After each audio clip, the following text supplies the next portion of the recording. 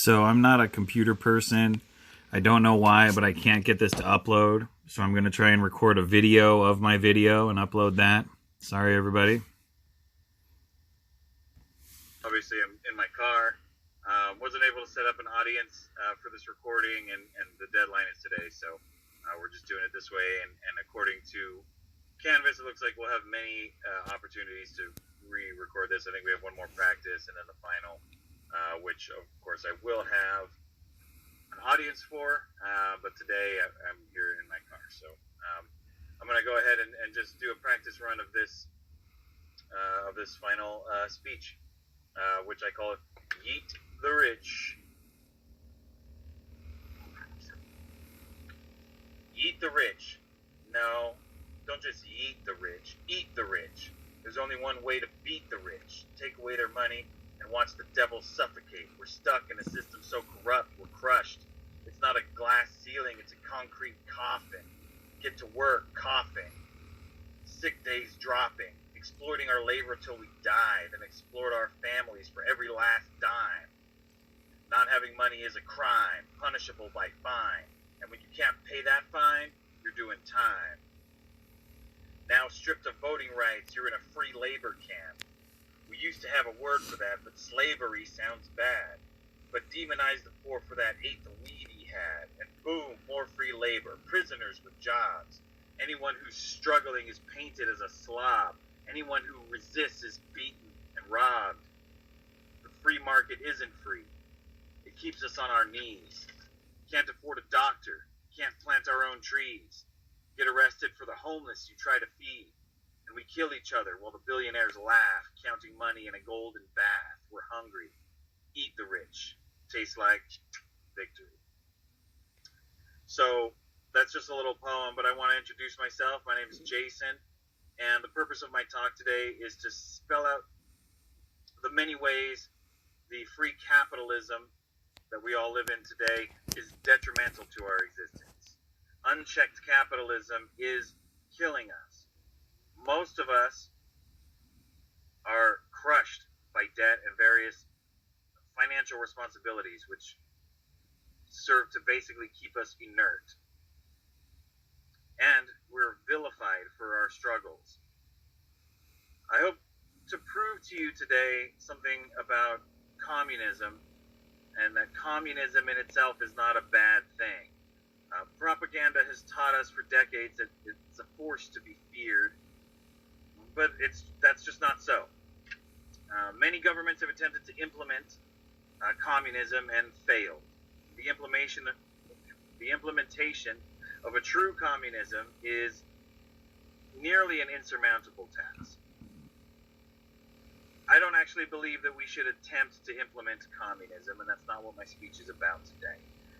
I do, however, believe that communism has a lot of great ideas to pull from when we're talking about fixing this kind of economic plight that we find ourselves in as a country.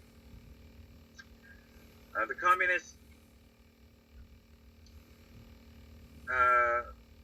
so many parts of the ideals of communism leave the door open to despots and elitists taking control, which we have seen happen on this planet several times.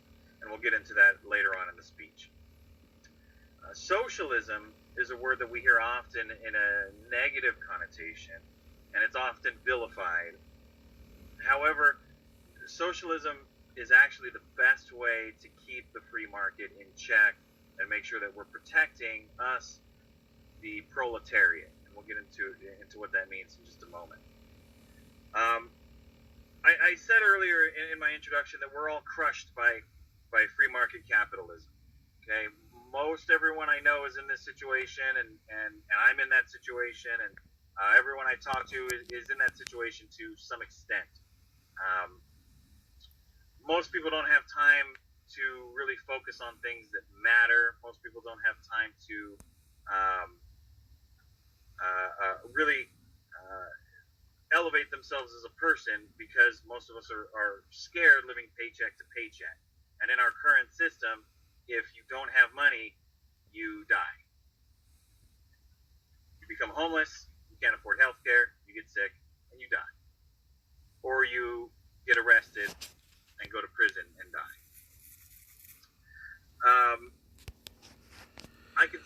I've always considered myself a good person. I don't harm anyone. I've never harmed anyone. I don't attack people. I've never been a violent person. But a couple of years ago, I found myself as a criminal for not being able to pay fines. And then when I couldn't pay those fines, there were more fines on top of that, which made my crime even worse. So my point is, what we have in this country is a system where it's illegal to not have money. And if you have money, it's basically legal for you to break the laws, especially when they're punishable by fine.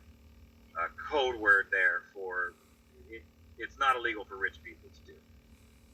Another personal story about that specific thing is I used to do landscaping.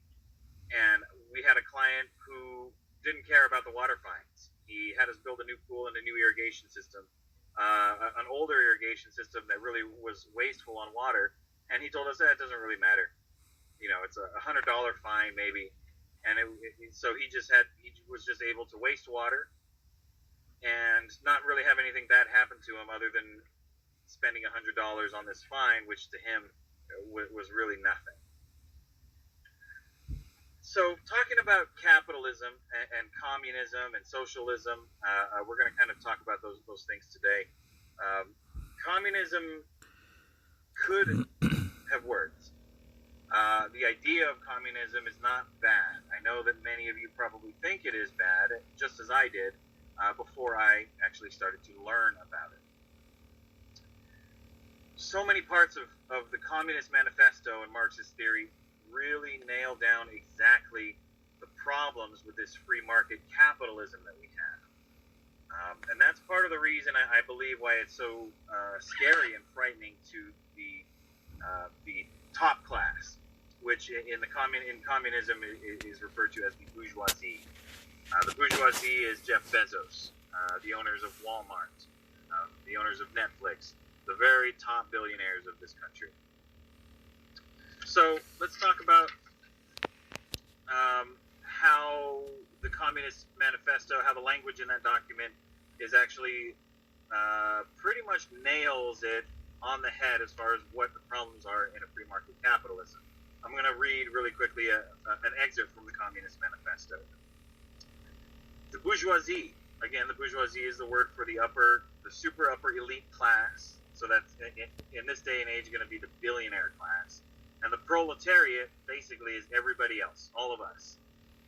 The bourgeoisie, wherever it has got the upper hand, has put an end to all feudal, patriarchal, idyllic relations. It has pitilessly torn asunder the motley feudal ties that bound man to his natural superiors, and has left no other nexus between man and man than naked self-interest, than callous cash payment. It has drowned the most heavenly ecstasies of religious fervor, of chivalrous enthusiasm, of Philistine sentimentalism, in the icy water of egotistical calculation. It has resolved personal worth into exchange value, and in place of the numberless, indefeasible charted freedoms, has set up that single unconscionable freedom, free trade. In a word, for exploitation, veiled by religious and political illusions, it has substituted naked, shameless, direct, brutal exploitation. The bourgeoisie has stripped of its halo every occupation hitherto honored and looked upon with reverent awe, and has converted the physician, the lawyer, the priest, the poet, the man of science into its paid wage laborers. Most all of us here are paid wage laborers. We sell our time, we sell our bodies, we sell our health for wages, which is how we don't die. Because we need healthcare, we need food, we need clean water. All of these things cost money. essentially, what Karl Marx, who wrote that passage, is getting at is that the proletariat is a group of people that needs to be protected. It needs to be forcibly protected because the billionaire class will every single time exploit us and throw our lives basically by the wayside with reckless abandon. So if communism is so great, how come everyone hates it? Well, there's several reasons for that. The examples of communism that has been implemented are all false versions of communism that were implemented by totalitarian regimes, China, Russia, we all know. I want to get into the history of communism really quick. This information I collected off of the History Channel. July 1st, 1921, inspired by the Russian Revolution, the Communist Party of China is formed. That's where communism started. January 21st, 1924, Lenin dies at the age 54 of a stroke. And then Joseph Stalin, who we know was a bad person, who had served as Lenin's general secretary, eventually takes over official rule of the Soviet Union until his death in 1953 from a brain hemorrhage. He industrialized the country through a state-controlled economy, but it led to famine. We all heard in history class how Lenin starved his own people. Under his regime, detractors were deported or imprisoned in labor camps. As part of the Great Purge, 1 million people were executed under Stalin's orders. Horrible. Not communism. In communism, the true implementation of that would be the workers would be in charge. There would be no Stalin. There would be no ruling class, which is difficult to wrap your brain around a little bit because we're so used to having people in charge, having a funnel of responsibility that leads up to the top. Whereas in communism, the people in charge would be you, me, and everyone here. Continuing with the timeline, 1940 to 1979, communism is established by force or otherwise in Estonia, Latvia, Yugoslavia, Poland, North Korea, Albania, Bulgaria, Romania, Czechoslovakia, East Germany, Hungary, China, Tibet, North Vietnam, Guinea, Cuba, Yemen, Kenya, Sudan, Congo, Burma, Angola, Benin, Cape Verde, Laos, Madagascar, Mozambique, South Vietnam, Somalia, Afghanistan, Grenada, Nicaragua, and others. Okay, so communism is spreading throughout the world by force in some situations and not by force in others. Now, spreading anything by force is obviously the wrong way to go about it. The Cold War began right around 1945. The USSR declares victory over Nazi Germany in World War II. Then on March 12, 1947, President Harry S. Truman addresses Congress in what would come to be known as the Truman Doctrine, calling for the containment of communism, and later leading the U.S. Entry into wars in Vietnam and Korea to provide defense against communist takeovers. The doctrine becomes the basis for America's Cold War policy.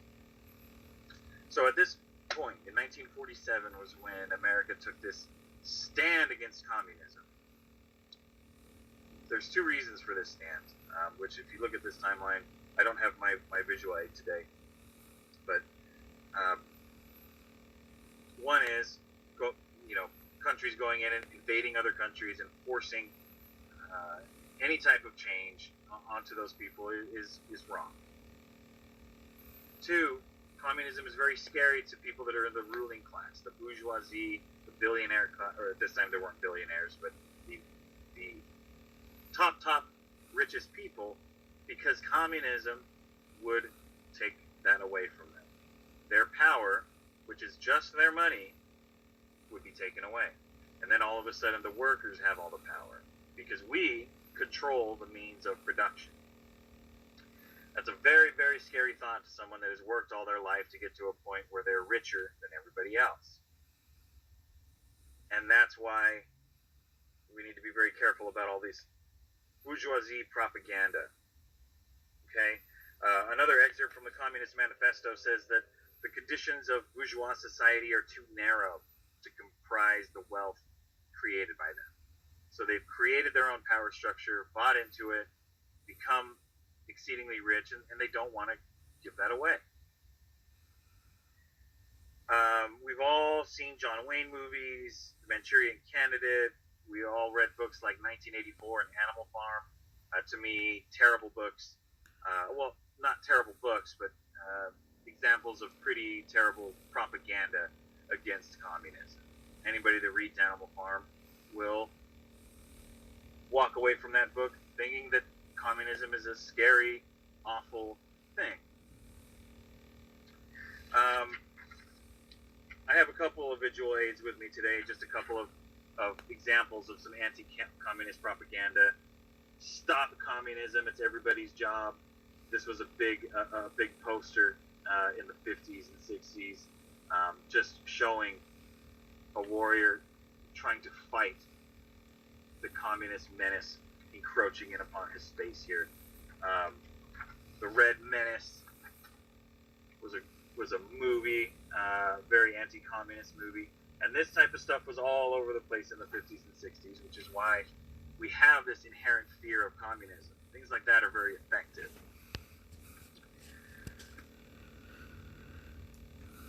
So, why is it that people love capitalism so much? Why is it that we have been conditioned to believe that capitalism is the only path to freedom? That a total free market is the only way that we can be free? Not. It's the only way that the bourgeoisie can remain free to exploit us. But through all this propaganda and everything, we have been led to believe that anything that goes against the free market will take away our freedoms.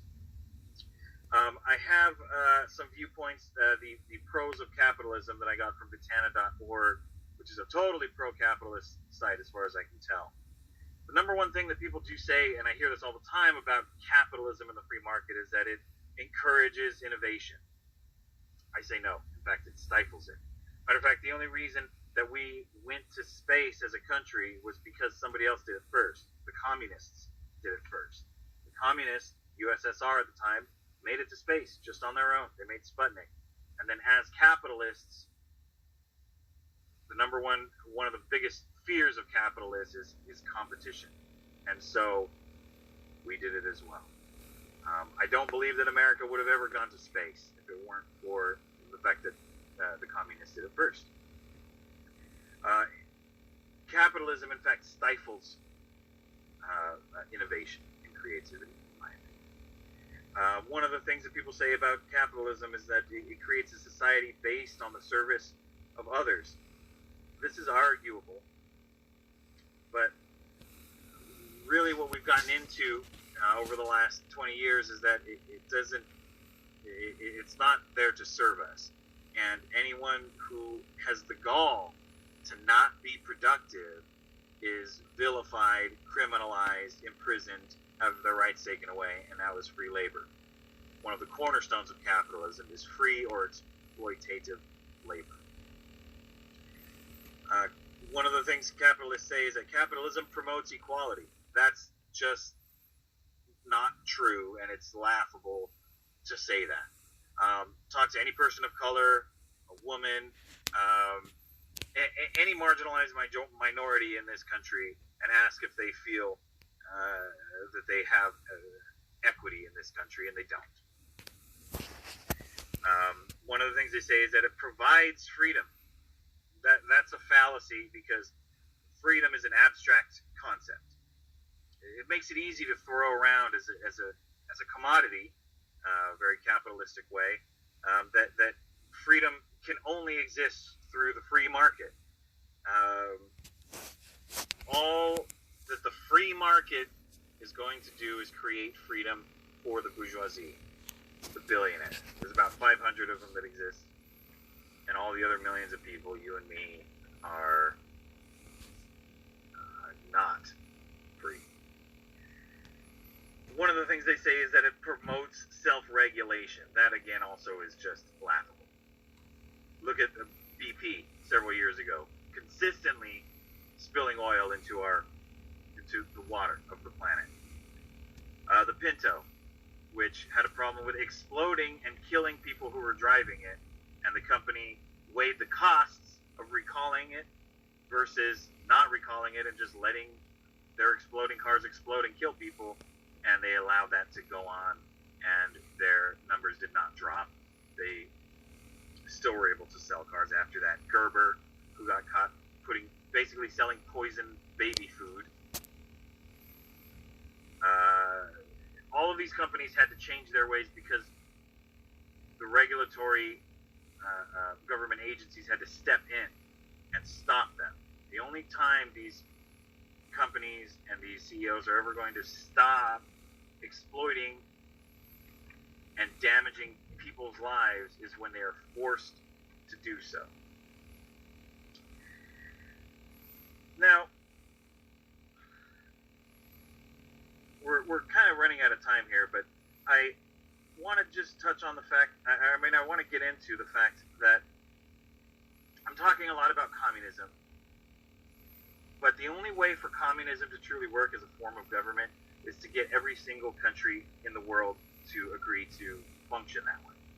There's two ways to go about that. Try to let it happen naturally, or do what everyone else has done in history, which is invade other countries and try to force them to become communists. That's not okay. My only point in talking about communism is that it should not, the ideals of communism should not be vilified. It should not be painted as a villainous thought process. It's not. There's many good things we can take from Marxism, from the Communist Manifesto, while not actually becoming a communist, because it seems increasingly unlikely that that's going to happen.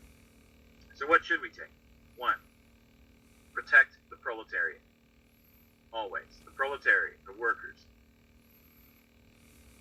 Everything about communism is about that, right? So we need to adopt that practice. We need to stop being apologists when we catch companies putting their employees in unsafe work practices, forcing their employees to work while they're sick, forcing their employees to sacrifice their health and their bodies. We should not be ever protecting corporate greed. This is something that happens a lot in this country. The elimination of shareholders. Okay? Shareholders are one of them. The shareholders are better protected right now than the workers of any company.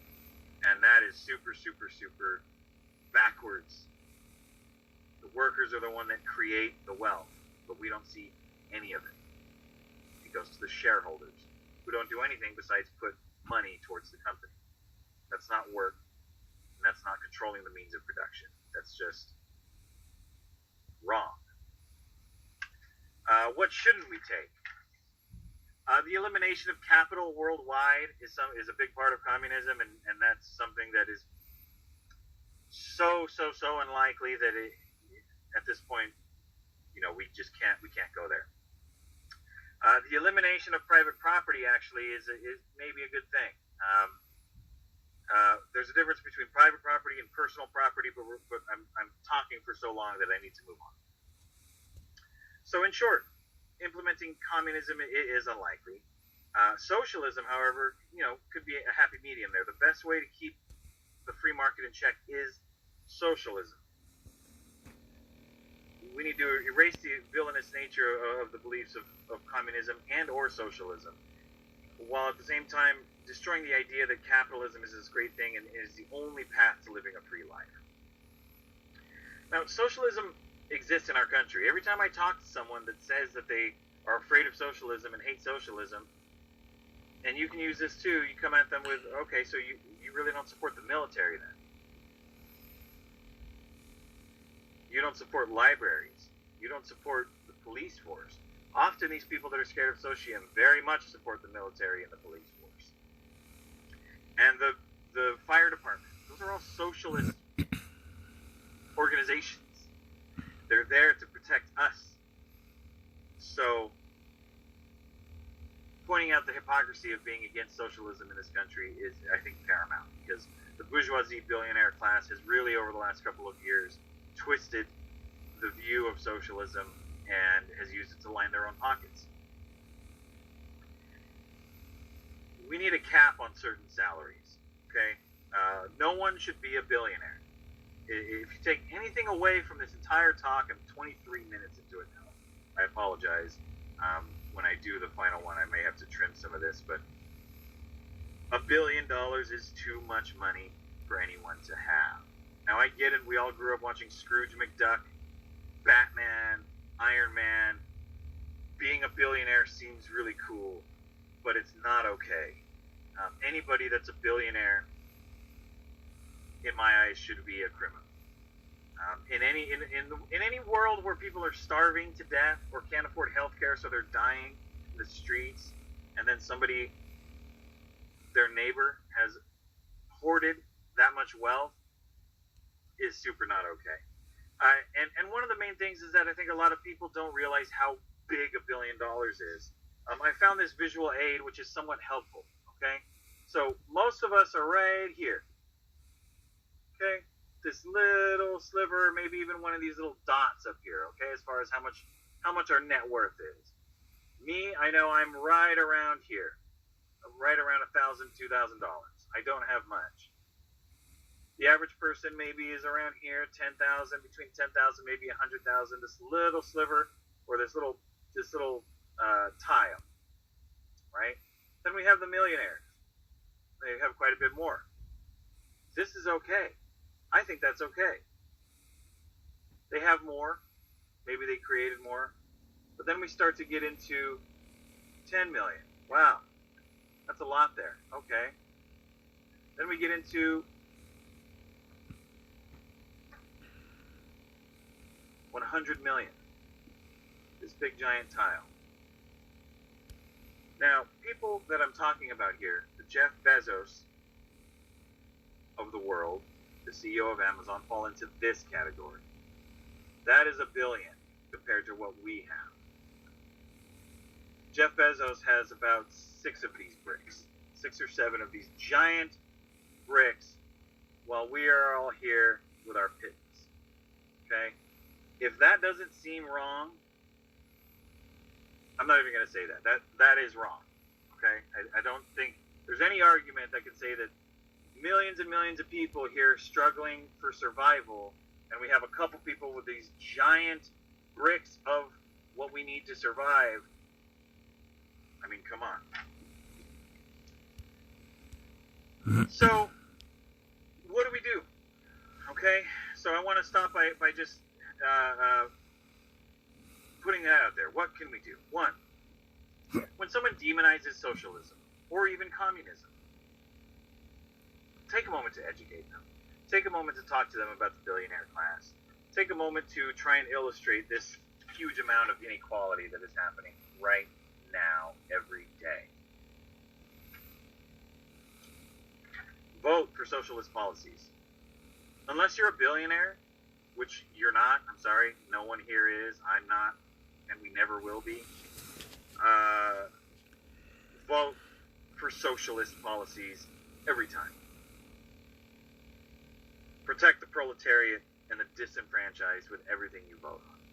The disabled, the veterans, the special needs people, refugees, workers. All of us need to be protected from the exploitation of this billionaire class. Boycott is a huge thing as well. A lot of people don't like boycott because it limits what you can purchase.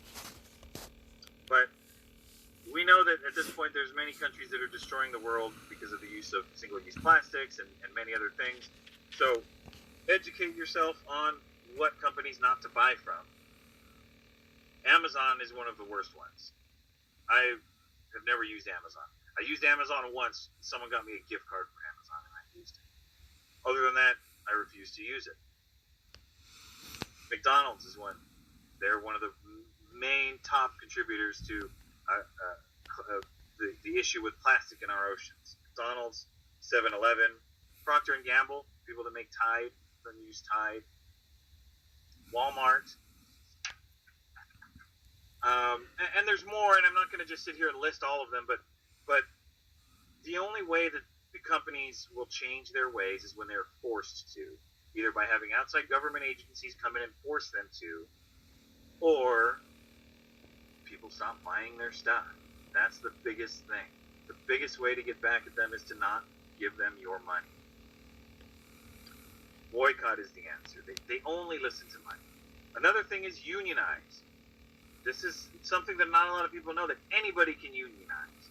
If you are currently working in a job that has any unsafe, unfair, or just outright dangerous practices, or you feel you're being exploited in any way, talk to your fellow coworkers.